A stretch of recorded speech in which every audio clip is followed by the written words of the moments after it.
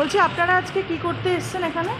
আমরা যোগ্য group C group D যারা হচ্ছে আজকে আমরা এসছি, আমাদের তো দেখেছেন লাস্ট 6 মাস ধরে বেতন বন্ধ, ঠিক আছে। কারণ সুপ্রিম কোর্টের রায়ের পর থেকে সেখানে স্পষ্টভাবে লেখা আছে যে যে সমস্ত স্বশাসিত সংস্থা এই পরীক্ষাটা কন্ডাক্ট করেছিল তাদের কিছু ভুল ত্রুটির জন্য এবং তাদের অন্যায়ের জন্য পুরো প্যানেলটাকে বাতিল করা হয়েছে।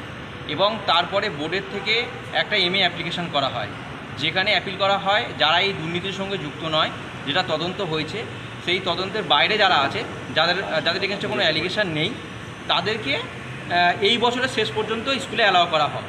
সেক্ষেত্রে টিচারদের ক্ষেত্রে সেই পারমিশনটা দিলেও যোগ্য গ্রুপ সি গ্রুপ ডির ক্ষেত্রে কিন্তু সেই পারমিশন পায়নি। তাই 2016 সালে সবচেয়ে যদি এই প্যানেলে যদি সবচেয়ে বেশি কেউ বঞ্চিত হয় তাহলে কিন্তু যোগ্য গ্রুপ সি গ্রুপ ডিটা। আপনারা এখন কি চাইছেন?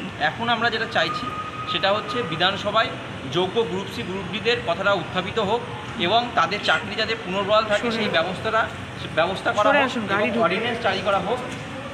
সেই সঙ্গে সঙ্গে যাতে তাদের বেতন চালু হয় এবং তারা স্কুলে ফিরতে পারে সেই ব্যবস্থাটা করা। কার সাথে দেখা করতে এসেছেন? আমরা শুভেন্দুবাবুর সঙ্গে দেখা করতে এসেছি, বিরোধী দলনেতা, এবং শঙ্কর ঘোষবাবু ওনার সঙ্গে দেখা করতে এসেছি।